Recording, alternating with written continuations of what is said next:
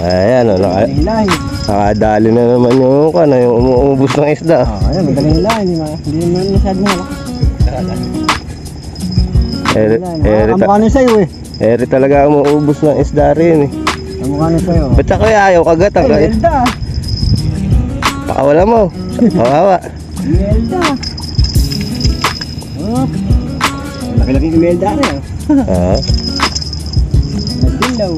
Putang, natatangayin pa yung pamingwit. Ayan yung umuubos na isda dito. May tami huli ka, isang dangkal lang, tapos eri huli nila. Tingnan nyo, ay tsinelas ko. Kapos pa yung tsinelas ko.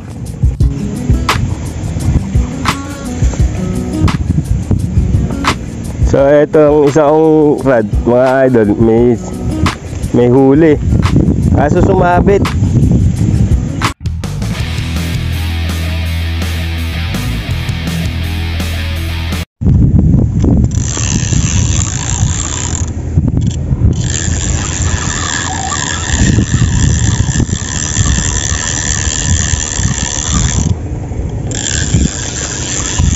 Mukhang may janitor na nakasabit ah.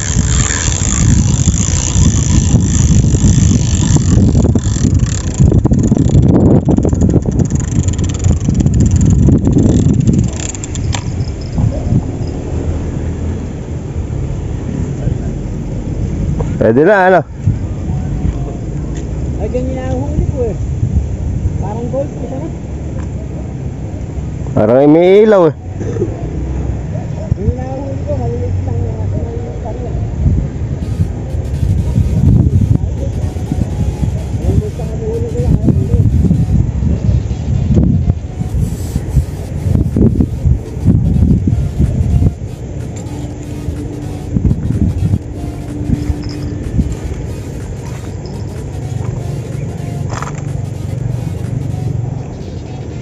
Ayan guys, nakadali pa ng isa.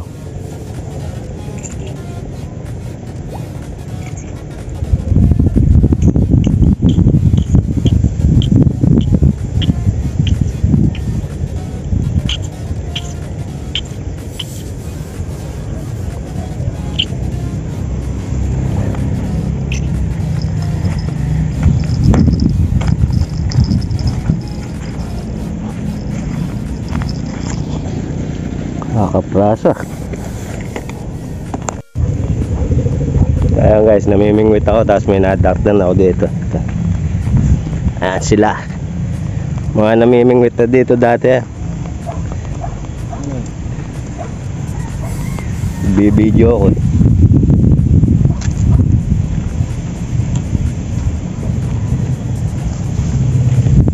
Bibidyo ko. Ayan yung umuubos na isda dito. Masyado kong ubod eh. Nakita mo huli ka, isang dangkal lang, tapos eri huli nila. Tingnan nyo, ay tsinelas ko. Kapos pa yung tsinelas ko.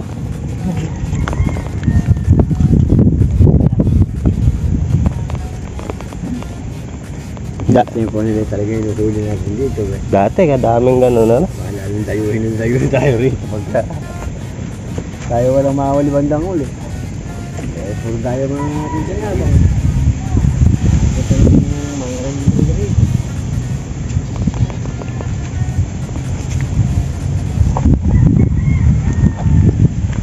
Matagal na hindi kumakagat yung mga ganyan. Ngayon lang. Saan ka pumukulihan o? Oo.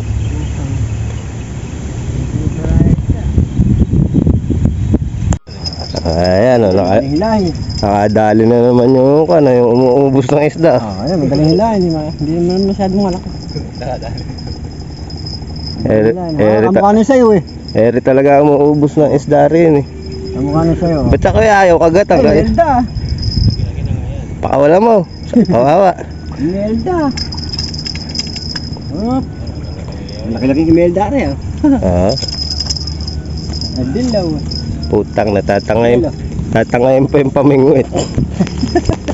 Ibabaligtad na eh. Papahiga na ako eh. Yung Melda, kaganda ng kulay ha. Labil lang ah. On delivery. Eh sa maliit na taga pala kumana ha. Hindi sa malaki.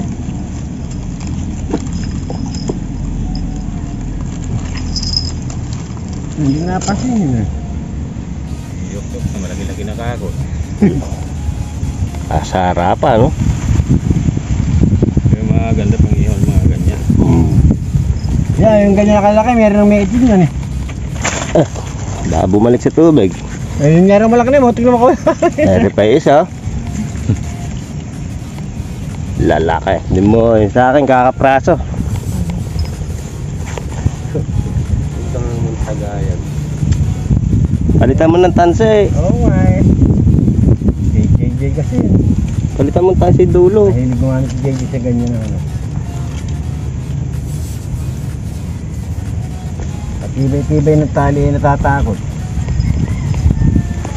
Kasi talaga pandulo niya.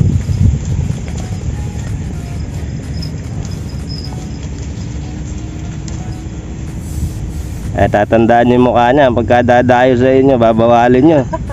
Uubusin la isda.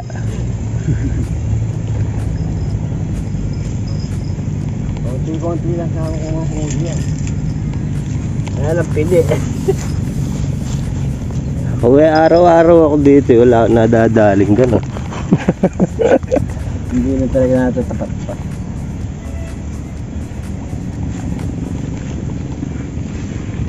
Maganda yung ano nga yung dito dito. Dito. Maganda ito. Hindi eh. Galisan yung mga kasama ko. Giisa na lang ako ulit dito. Mga kasama ko yun dati na namimingwit dito. So sinetap ko na rin yung isa ko kasi nag-iisa na lang naman ako. 3 gamit ko ngayon. Sa gilid lang. Tapos hindi ko na nilagyan ng floater. Wala akong stopper. Lalaki ng huli nila. Pwede na akong bumato dito ngayon dahil wala naman na dyan. Hindi na masyadong malamig yung tubig, kaya nagkakagatan na yung malalaki.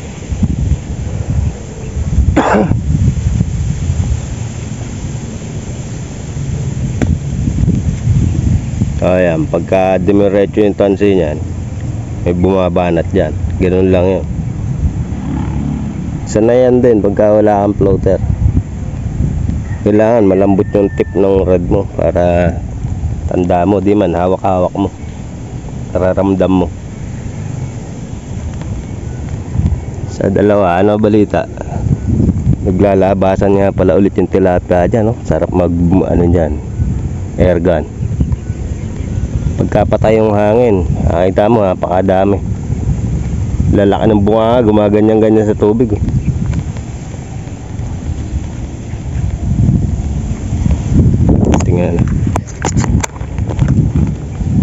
Tingnan natin. Dito tayo makadali.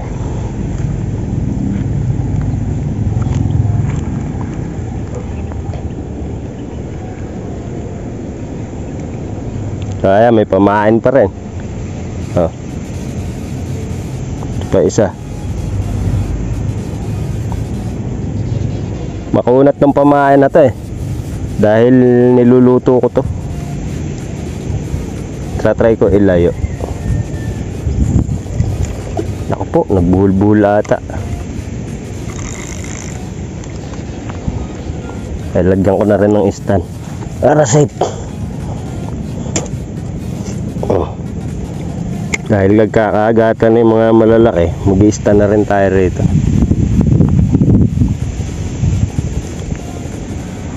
Tinayo ko na. Ayan, tinayo ko na lahat. Lagyan ko na ng belt, tabi-tabi sila, 1, 2, 3, di ba? Angas ng forma yun. So ito, malapit lang to. washer lang na tengga yung sinker ko dyan eh. Hindi ko na nilusan. Kasi sa dulo ko yun nilalagay, sa dulo ng leader line. So pagka sumabit, okay lang.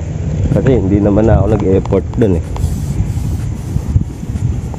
Sana masundan yung isda nating kapiraso.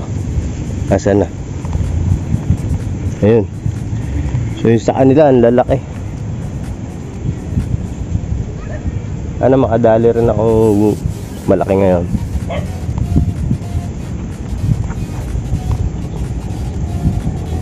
Banatan nyo na. Makukunat yung pahain yan. Kasi ano yan eh, niluto eh. Pinais ba? Kumbaga pinakakuluan, diba? Para siyang suman. So hintayin na lang tayo dito may kumagat. Yosi na lang tayo dito.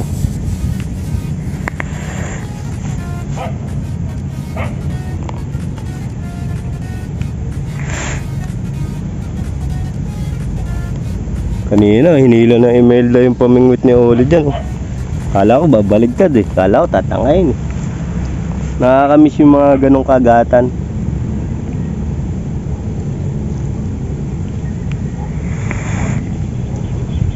So ibig sabihin may mga kumakagat ng malalaki. Bukas maganda na to. Magkakagatan na to bukas. Hindi na malamig yung tubig eh.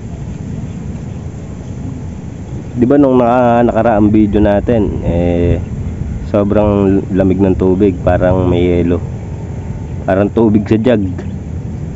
O ngayon di na ganon, normal lang yung temperature nya. Kakagatan na yan.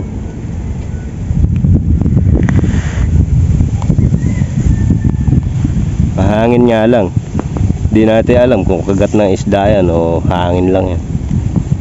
Pero alam nyo na may kagat ng isda. Alam ko na may kagat ng isda.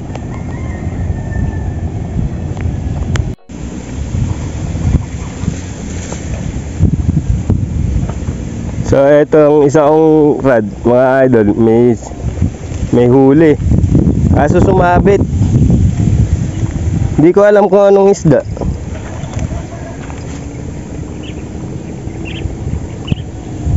Pero nandito pa eh.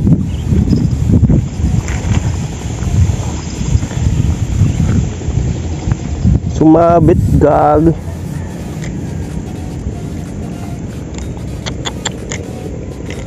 Yun, tanggal. Puta, natanggal di isda. Sayang yun ah, malaki-laki yun ah. Sumabit to. Pero kung hindi sumabit, mailaland natin. Sayang. May malaki na sana tayo. Papainan ka baka madali ko pabalik. Sabagay di na ulit kakagat yun.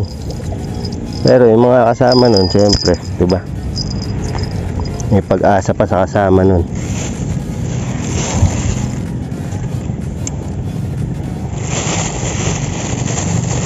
So ganyan, pag nagpapain ako, plastic yung pinang-ano ko kasi sobrang lagkit. Sobrang lagkit ng pamain. Ayan o, dumidikit sa kamay.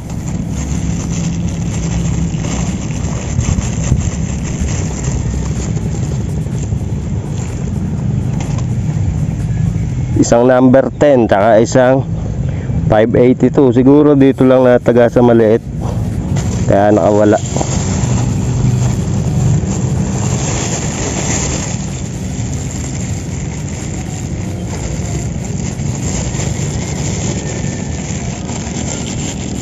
Sayang na unhook.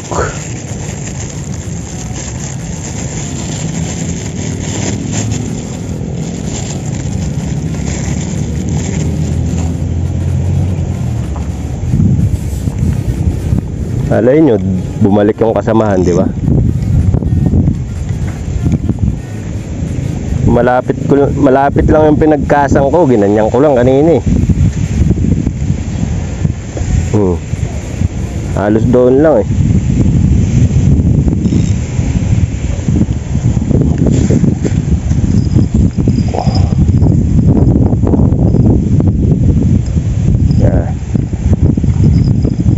Sige, banatan nyo ng banatan. Ayaw pagbabanatan eh. Kaya nakalundo yung tali. Lagyan na natin ng tension. Ayan. Sakto lang. Para pagkahila niya, auto hook set kumbaga.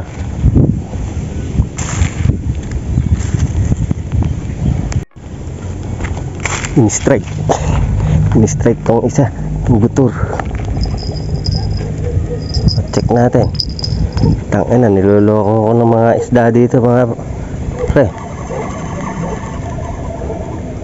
Tangina, wala naman. Nakuha yung pamain.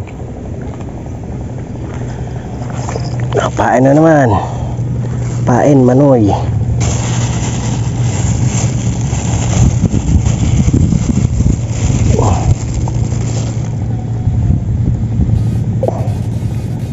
Lagkit kasi sa kamay ng pamain ko eh. Kaya inaano ko talaga ng plastic eh. Yung plastic yung pre-press ko sa taga eh.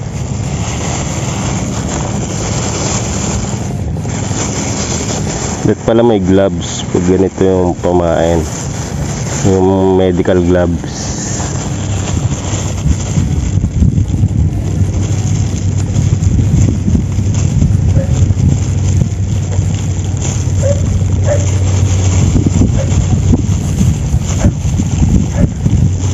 Yo, hindi ko madali-dali nandito.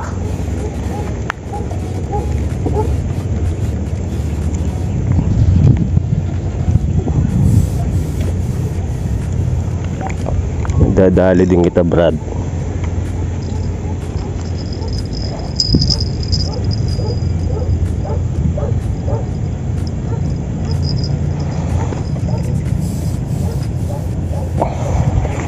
Guys, ini-strike. Puro strike naman eh. Banatan mo na madiin-diin yan.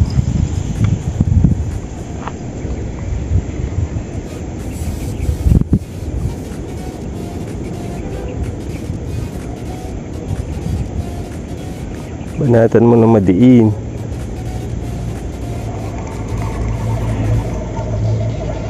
Wala, nakuha yung pamain na isa.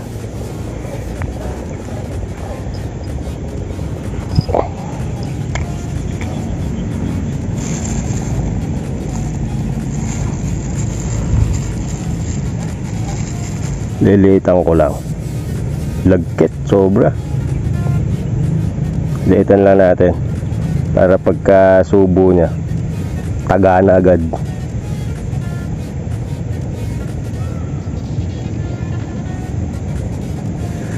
Yan.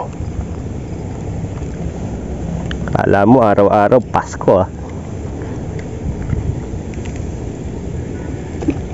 Yun oh, dami.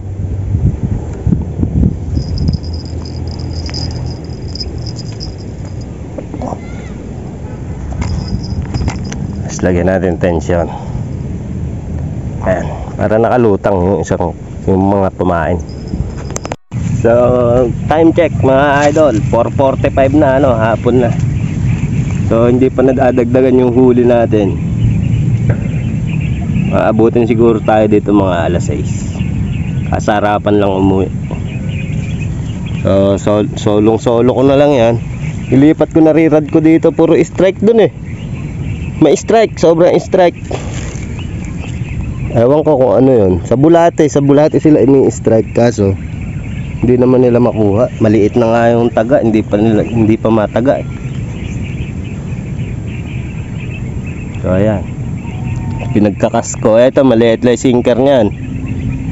Para maikas ko ng malayo, gaganyan lang yung sinker niya eh. Siguro 1 grams lang yun eh. 1 gram. So para lumayo, nilagyan kong pamain na ganyang kalaki yung sinker. So naikas ko dun sa malayo. Kapag natanggal na sa sinker yon, aagusin na yan. O sana makadali pa tayo ng pang-ulam natin. So yung isa pala, bulati pa rin yung laman yan. Yung nasa duluhan na yan na fishing rod, bulati pa rin. Makagat naman tong ganitong pamain. Ayan o, nakita mo naninilaw. Makagat naman to mga idol. Kaso lang talaga, bandal lang talaga tong ilog namin. Itong ilog natin na to, bandal lang talaga sa kuryente. Pero napakasarap na itong ipain. Ayan o, kitang kita siya sa ilalim, may mga mais. Ayan, mais yan. Mais, tapos feeds, tapos harina. Dalawang klaseng feeds yan, no, para mabango siya kahit maluto, hindi nawawala yung amoy. So ganun lang, niluluto lang. Makagat yan. Ewan ko lang sa ilog na to bakit ayaw. Pero dati nung kapanahonan na nagkakagatan pa dito yung mga roho, yung mga karpa, sa ano, sobrang lakas nito. Sobrang lakas sa karpa niyan. Diyan din ako nakadali ng dory ha, dito sa pamain na to. Kasi sobrang tagal niya malusaw sa ilalim. Talagang matagal. Yung ganito kalaki na pamain mo, eto nga pang maghapon pa to eh. So iiwan ko na yan dyan. Mag-fishing ako bukas. Kasi nagkakagatan na rin naman. Kanina, di ba? Yung kalaole. Kinagatan na sila eh. Oo, ibig sabihin all goods na yan. Palag-palag na. Tanggal na yung lamig ng tubig eh. Maglalabasan na yan. Bukas pa, di syempre mas mababawasan pa yung lamig ng kinabukasan. Sana makadali tayo. Kung hindi ngayon, bukas. So pagka hindi ako nakadali, re-release ko ulit yung isa na yan. Ayokong mag-uwi ng ganyan, isang piraso. Umay, 3 yung fishing rod ko eh. Ayan o, 1, 2, 3. Tapos uuwi kong isda, ayun, ganoon, 1 dangkal. Pwede yun kung marami. Sarap kasi ganong isda. Kapag natikman nyo, hanap-hanapin nyo yan, baka bumili pa kayo.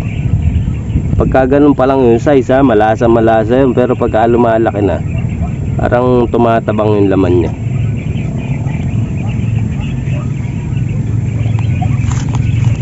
So ayan, Yokyo. Tapos yun sa may Ryobi ko na yun, so pinaubra ko lang yung line, pinutol ko yung gas kaya malalim siya. Palitin yung braided. Kapag ka pupunta akong dagat, kailangan bago na yung braided niya. Delikado eh. Plano ko mag-jigging. Yun ang gusto ko, mag-jigging. Yun ang gusto ko ma-experience. Kahit makahuli, kahit hindi makahuli, basta ma-experience ko yun. Good shit, promise. Sasakay kami ng bangka, kaso hindi ko alam, baka may hilo din ako sa bangka. Yung pagka gumagalaw yung tubig, di ba, sa dagat, tataas ng alon doon. O yun, pagka nadali ko ng hilo, susuka ng dugo doon. Kain na yan. Sumasakay ako ng bangka sa mga ilog. Yun pa lang ang experience kong bangka sa ilog Pasig. Eh hindi naman maalon doon, kaya hindi ka mahihilo. Sa dagat kasi talagang magalaw. Di ba pag galimilin doon nakakahilo? Ganun ang feeling nun. Mas malala pa. Kasi walang tigil yun eh. Yung lindol saglit lang eh. Yun pag nasa dagat ka, kung ilang oras ka doon, ganun ka rin katagal yuyugugin ng alon doon, ang bangka. Ayan, hintay lang tayong kagat. Pagka walang kumagat, uwin tayo. Kasi sayang lang yung buhay ko dito. Daming isda. Pero ganado ako sa nahuli nila kanina. Madalang na kumagat yung ganun eh. Dati talaga pagka lumusong ka dito, may dala ka lang na isang bingwit, isang fishing rod, eh okay na, makakahuli ka na. Kaya lang naman dumami yung fishing rod ko. Na-addict ako sa pag-fishing. Masarap kasi mag-fishing. Yung tipong kahit di ka makahuli, makataw-taw ka pa lang.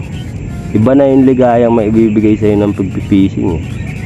Ewan ko Pakaramdam ko sobrang healthy ko pagka nag-fishing ako. Pag hindi ako nakapag-fishing ng isang araw, alam nyo, parang ang haba-haba ng oras, ang haba-haba ng araw. Parang hindi matapos-tapos yung araw. Tapos sa gabi, hindi pa ako nun makakatulog pagka hindi ako nag-fishing. Parang gusto kong mag-night fishing pagka nakahiga na ako. So pwede na ako mag-night fishing dahil okay na yung camera ko, tinanggal ko na yung screen protector. Doon lang pala lumalabo sa screen protector pagka gabi, di syempre madilim. Pagka ginamit ko yan, yung flash, parang nagpuputi din yung lens, kaya blurred. Pero ngayon all goods, pwede tayo mag night fishing. Kaso nga lang, hindi yung pamain ko. Kailangan may bituka pa akong pamain. Tapos doon ako pwesto sa may kabila na yan. Diyan kasi sarap mag night fishing dyan. Tapatan lang. Dyan. Dory hunting ang mangyayari pagka ganun.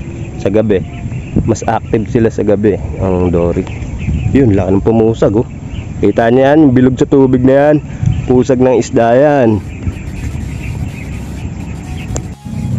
So guys, tara, release natin yung sabi ko sa inyo, pagka hindi nasundan, i-release natin. Nasaan na? Gago na wala. Ay, ayun. Parang hindi siya kita pala pagka nasa tubig. Ano?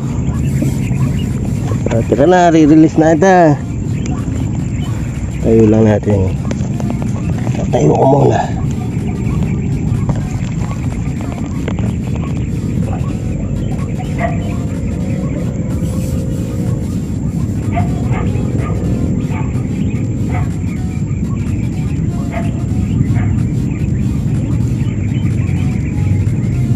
Ayan guys, picture muna bago akong pa-release.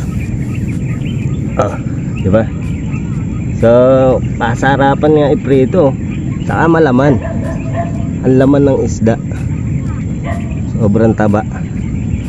Pero i-release ko to. Ayokong pag ng oras yung nag-iisa lang. So, yun. Re-release ko na. Malaki na rin Tapos tingnan nyo yung likod, ang lapad Kaya marami na rin laman. Pero release natin. Thank you so much. Palaki ka pa, sabihin mo sa tatay mo kumagat sa akin bukas. Yun. So, hindi ako zero sabihin nyo zero. Di naman ako nasisiro. Nagka-catch and release lang ako.